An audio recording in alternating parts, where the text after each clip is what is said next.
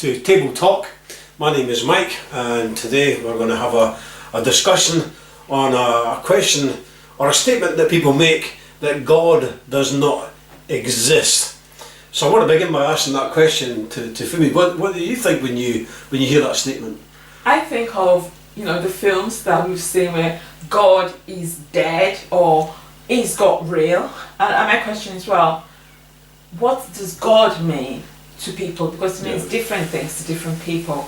And if God does exist in terms of He's the maker of everything, then is it really real, or should it be evolution? Because that's the only alternative, although people do bring aliens in. Yeah, and we'll discuss that in a little bit, because that seems to be the two main things, isn't it? Evolution and aliens. So let's focus our time on evolution for a second. What do you know about evolution, and what do you think about it? My understanding of evolution, as much as I believe in it, if I would say I believe in it, is billions of years ago I was blown up. Well, not me personally, but Big Bang happened. And then some chemical, I was a chemical back in the day, formed into a fish with gills so I could swim. If I could still swim now, it'd be great, wouldn't it? I can't. Yeah. But and then I turned into a monkey. So that's evolution. So evolution in their eyes helps you become better, evolve around the planet you're in. So basically, if I was set in water for the next 10 years, I would be able to swim pretty well like a dolphin. That's the understanding I'm getting of it.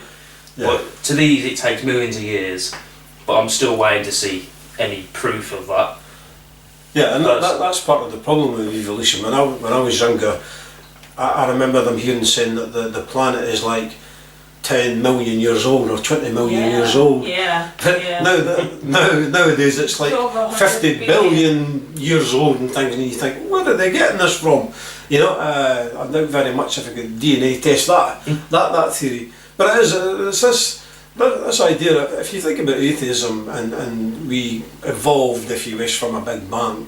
I remember I was in schools in Birmingham. I was asked a question by one of the kids about what I thought about evolution with the Big Bang theory, and I remember giving the illustration, if I had a hand grenade, I would just, what would happen if I threw it in the classroom whenever it was there?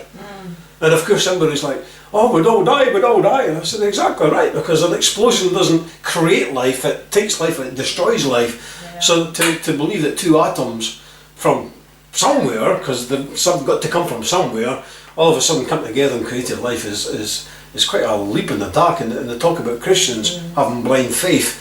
There's something there, isn't there? I think you need a lot of faith to believe evolution. Again, when you think about it, as you just said, two atoms or two elements come together, fuse, bang, and everything starts. You get planets, you get galaxies. I know. Galaxies, and we are only one of the galaxies, in the Milky Way. And then you've got the sun, you've got all the planets revolving at the right pace, at the right distance around the sun. We've got the moon that doesn't collide with the earth and it's going around the earth, and that in itself is going around the sun. And the plants are there, everything is in its place at the right time, at the right place. And I think to myself, well, hang on, if you had those two things coming together, where did they come from? Yeah, that's the question. That's the big question. And the other thing, which I'm sure we're going to discuss, and the other thing is, at some point, you have to start with something. But evolution is telling me that we started with nothing, and then all of a sudden, there were these two things that collided, and you had a big bang. And it's like, can something come out of nothing? Yeah. We've got some, look at these plants. All of a sudden I'm staring and boom, the plants with the pineapples are stuck on top of it. Is that possible? That's what evolution is trying to tell me to believe. But I think some people would rather believe that than believe in a God. Because if you believe in a God, you've got to look into yourself. True. But that's assuming that you believe that that God expects something of you. It could be a God that just dumped us. The alien one is good because the belief in if you watch the alien program on TV, I'm so fascinated. I think people should watch it because there's this mind process that the aliens just landed on Earth, you know, and they just made us and then they disappeared. And once in a while you see the UFOs coming that people have sighted, just that they're watching. And some people believe that the aliens are among us watching us. Yeah, and we'll get into that in a lot more depth on that in a second. I remember in Birmingham we had a Bible seminar and Frank Morgan was our guest speaker, and we were speaking about creation and things, and in the audience there was an atheist, and he actually turned round to Frank near to the end and says, "By the way, I'm an atheist." And Frank just shook his hand and said, "You're way too intelligent to be an atheist." and I thought it was quite comical. But by the time Frank had finished speaking with the guy, he ended up saying, "Well, I'm not an atheist, I'm an agnostic, somebody without knowledge, you know." Yeah. And I thought just that one encounter and thinking about what he's actually saying and believing, that actually makes common sense, you know. Nobody could claim there is no God. I think we've got evidence to claim there is a God because there's evidence everywhere. We'll get into that in a little bit. But I just find the whole atheism interesting. And again, like Josh says, I think it's going back to people would rather pretend that God doesn't exist. In that way, there's no accountability. Yeah. But how do we know what's right and wrong? Where do we get all these attributes from? You know, if I was to slap you in the face right now, you'd be like, "Well, why'd you do that?" And I'd be like, "Because I wanted to." Yeah. And you'd be like, "Well, that's not right." And I'd be like, "Well, who's telling you it's not right?" "I think it's alright." "But you think it's not alright." And that's a silly illustration, isn't it? I wouldn't literally slap you in the face. But not on camera anyway. But the whole idea behind that for me is that, you know, where do we have this knowledge of what's right and wrong? You know, this Big Bang Theory doesn't install anything in anybody. And I think the saddest part about it all, especially with atheism, is that it removes hope. Yeah. There are billions of Christians on planet Earth. Okay, there may be different religions and things like that, but there are a billion believers. And why? What gives people the right to come along and try and take away people's hopes?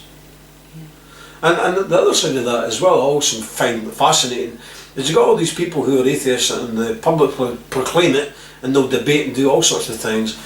I wonder why they waste so much time debating about something that they believe doesn't exist. That's a good point. Because, you know, if something doesn't exist, why would you do that unless you think it does? Yeah, I just find the whole thing incredible. But anyway, let's move on to the next part in terms of aliens. Just before we move on, I think there's a crucial point, especially in today's society and the times that we're in. We've had COVID, there are wars around, people are homeless, people are going through difficulties and problems, and there's a big mental health issue going on today, not only our society but around the world. And one of the things that I struggle with evolution is that it takes away not people's value. When people decide there's nothing worth living for and they end up committing suicide, when people even contemplate suicide, you know, I've contemplated it, and there are many others that have, and if some people have actually gone to actually carry out the act. Some people don't understand the problems, the trials they're going through, and the difficulties of life. And I think that evolution strips that away. It strips your value, while believing in a creator says, I thought about you before I made you. I made you purposely. I put you together bit by bit. I enjoyed doing it. It is something I wanted to do. You are wonderfully and beautifully made. You're amazing. You have value. You have a purpose. You have a need. And that gives people, as you say, hope. But evolution does. Evolution says you are just a piece of muck. You have nothing. You are nothing. Yeah, you can clamor for jobs, but at the end of it, you are worthless. Yeah. and you have nothing at the end of your suffering. And that is really it in a nutshell, isn't it? Atheism doesn't give you a reason to live, and it certainly doesn't give you a reason to die. Yeah. Whereas Christianity does that. I love that story in Acts with the Philippian jailer.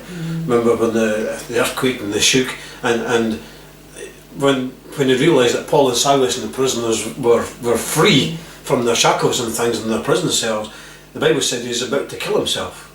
Because that would have been an absolute no-no as a Roman. So soldier. he at that point had no other reason to live. But when Paul preached Christ to him, now he's got a reason to live.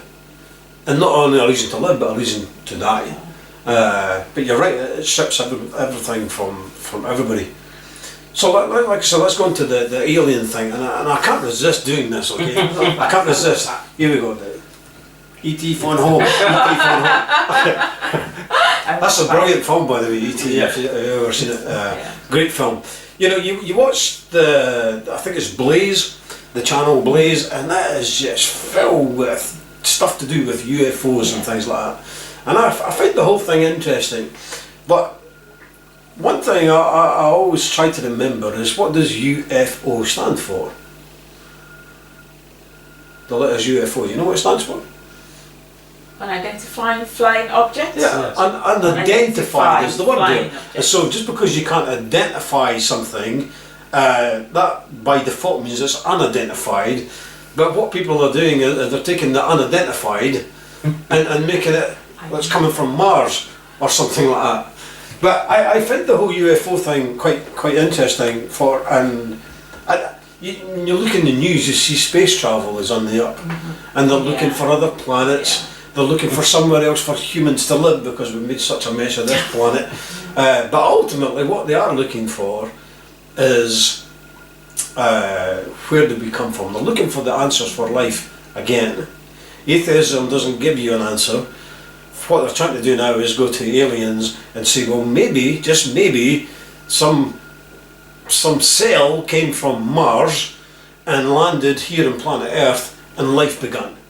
Again, you know, to me it's comical. I don't know, what do you think? I think it is. I understand why people would think we came from aliens. If you look at the pyramids and how they've been made, the true north, it is quite impressive of what they've done, and some of the rocks have travelled miles away from where they actually are, but that doesn't prove that it's aliens. That doesn't prove anything. That's just people's theory of aliens, and they're going off that to think that we've came from aliens. But if that was the case, shouldn't they just come back? I think a lot of that comes back to people think the further back in time you go, the dumber people are. They think they were stupid and weren't capable of anything, you know. And that is just absolutely false. We see it with the Tower of Babylon, Babel. You know, they had the case with that, and then obviously with the pyramids and things. So there's tons and tons of evidence that people are intelligent, and to say, well, they were too dumb back then, so it must be done by aliens, is a bit of a stretch. Sorry.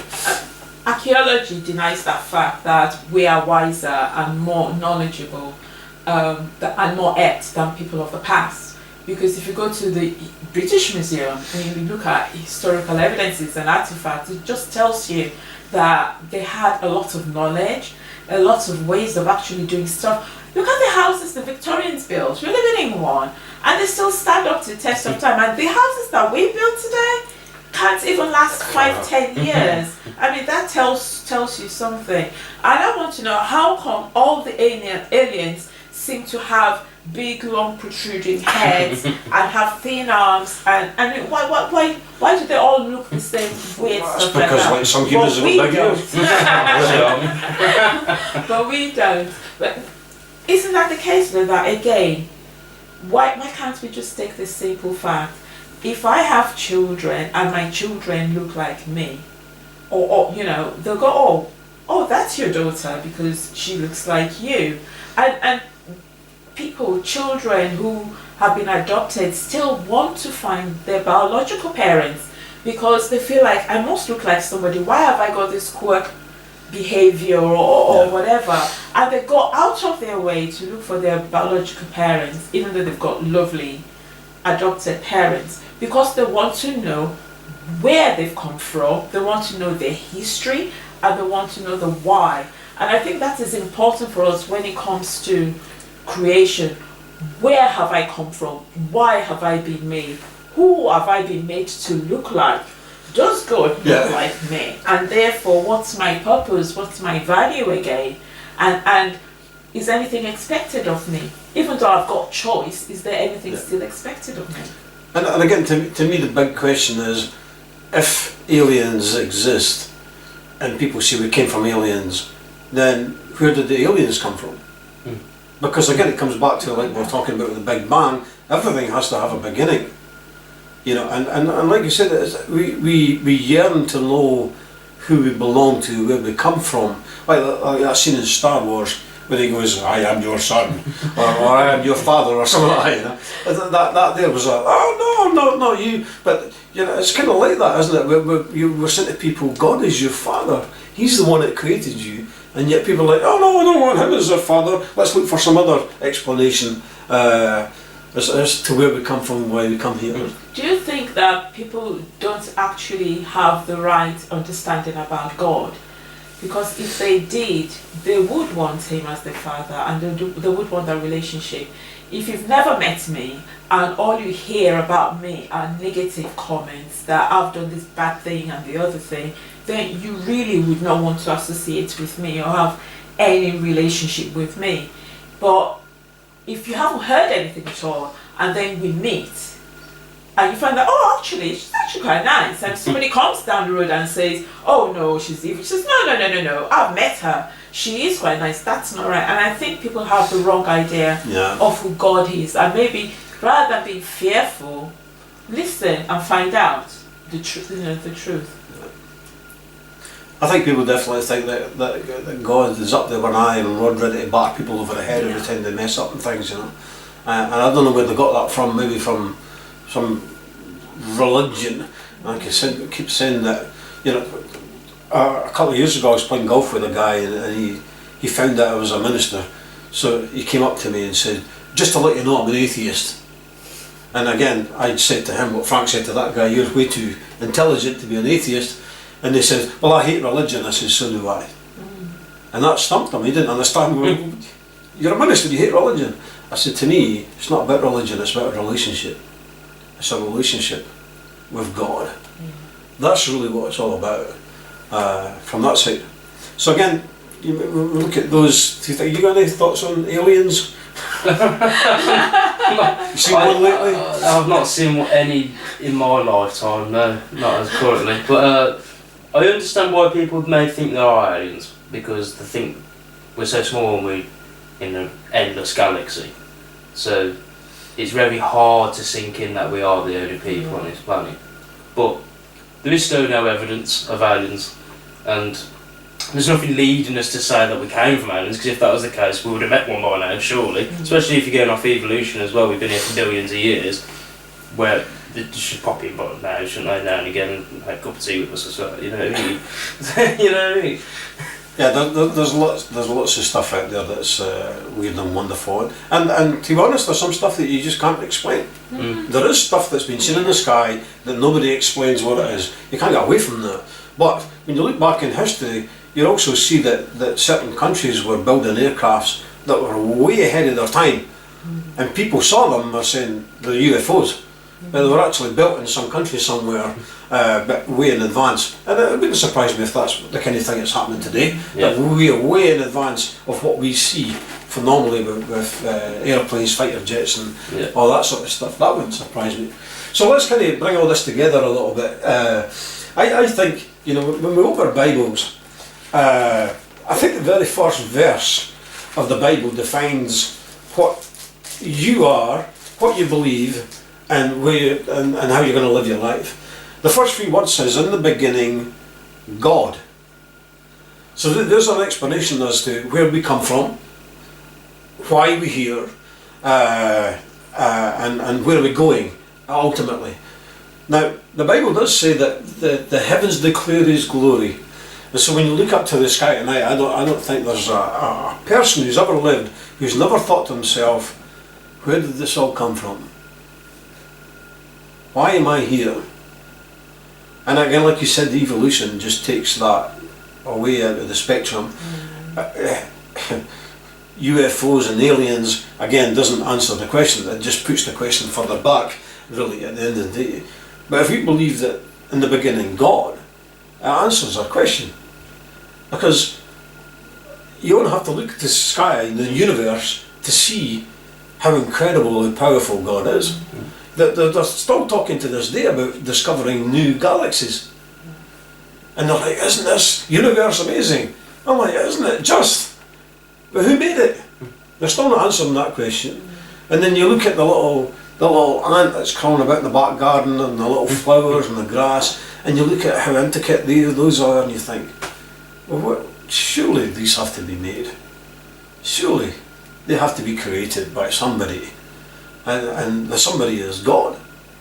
And over in Romans chapter 1, it talks about how people knew God, but they didn't want to know Him anymore. It talked about they had knowledge of God, but they didn't want to have that knowledge. They said they were wise, but then became foolish. And I think that's interesting, because in Psalm 14:1, it says there, the fool says in his heart, there is no God. And I'm not saying a lot of people are foolish, but what I am saying, suggesting is that some people are foolish enough to believe in evolution, and they're foolish enough to believe in aliens. And as a result, they're saying there can't be any God. But scrape it all back. We had to come from somewhere. We had to have a beginning. And the Bible is the only book in the world that tells you where we come from and who created it. Any thoughts? I think when you look at the human being, we are amazingly made. And I was listening to a program on radio, I think it was Radio 4 or Radio 2, and this scientist, there are only a few of them, was looking into each one of the human cells, and which we've got loads of all over our bodies, and each cell has got, we've all got the programs in each cell, but depending on where the cell is, depends on which program is switched on and which one is switched off. So obviously the cells in your ear, you don't want them to have the hearing switched off while you've got, you know, the breathing bit switched on. That wouldn't make sense. And the same applies to your nose and your legs. So the appropriate things are switched on so that they could work properly. That's just mind-blowing. And I'm hearing that they are still discovering, as you say, more species in the sea, Yeah. with the seabed. And they're also amazingly built and put together. You don't see a fish that swims and it's got its fin in its lung. You go, there's something wrong with that fish. You don't say, oh, that's natural. No, but everything is in its place. The book has pages and notes and everything in the right place. But we don't say that just appeared. We say somebody thought about it, Yeah. and people put it together and spend that time doing it. And I think that that's what the Bible is telling us, that, look, God is saying, I made you, and this is how I made you, and this is how I made everything. And I want you to know that, so that you can know who you are, where you've come from, and what value you have. And I think that when people don't listen, they're missing out on so much. Yeah, and you know, for years people have been getting it fed through the media and papers and all sorts of stuff that, you know, we come from this, we come from that, we come from that, and none of that gives you hope. No. Yeah. None of it. But, you know, for people to come around and say God doesn't exist, you know, we're living in times where people are allowed to have an opinion except a Christian. It's true. That's really Yeah. the scenario. Yeah. And what we're saying is, we're not promoting nothing negative, but we're promoting something positive. We're saying God does exist, and if you believe that He exists, He will give you a reason to live, and He'll give you a reason to die. He'll help you get through those really hard times Yeah. Because it's, like I said, many occasions, he doesn't promise become a Christian, your life's going to be great. He doesn't promise that. We will be persecuted, as Paul writes to Timothy, but that he helps us through all of those times. And you know, some people might think they're quite strong here on planet Earth and going along, but there are some people, in fact a lot of people, a majority of people, have their weaknesses and they need help. And God is the only one that could come in and fill that gap to make our life to the full. Or as Jesus says, I've come to give you life and give it to the full. So, you know, he's the only one that promises that. And so why take him out of the equation and leave yourself with what? When you were talking about suicide earlier, man, I was saying many years ago, before I became a Christian, I was going through a really tough time, and I was like, there is no point in living. There is no, there was nothing left, because my life was just drugs and alcohol, and that was it. And then when I got speaking with some friends now, sisters in Christ, sister and brother in Christ, when they started talking about God, all of a sudden I started to see a purpose. And there was actually reasons for me going through what I went through, that God said, okay, you've been through that, I'm going to use that for you to bless other people with, who are also struggling going through those things. You know, and that's been happening many times. You got any last thoughts in terms of, you know, if we believe God? I think it's just quite. I just don't get how an accident could cause all this. So, like, if the Big Bang happened, for it to be so good, and for everything, oxygen, everything, gravity to be on this Earth, and everything to be, for us to be so far away from the sun to the moon, the gravitational pull to be so perfect, food, it just seems a bit far-fetched in my eyes. Really. That's why there's only one real answer, isn't there? Yeah, I think, and it's not a wild idea, you know. No. It's what I find fascinating about the Bible is in Genesis 1 it says in the beginning God. It's not written as a myth, or it's written as a fact. And in Hebrews chapter 1 says the exact same thing. You know, God. It's not a well, possible or maybe, it's a fact. And if we live our lives by those facts, then we can only be blessed. Anyway, thank you both. It's been really enjoyable, and I have to do it one more time before we leave, and that's phone home, phone home, E.T. phone home, E.T. phone home. Is there any way anybody can get some more information about this, or, you know, Yeah, there's so much more. we will have our email contact on the actual video at the end there if you want to contact us with questions. That would be great. We'll quite happily sit down and discuss them. We don't claim to have the answers to everything, but we'll give it a bit of a bash anyway, and we'll see how we go from there. So God bless you. Thanks for joining us, and have a great day. Thank you. Bye. Bye.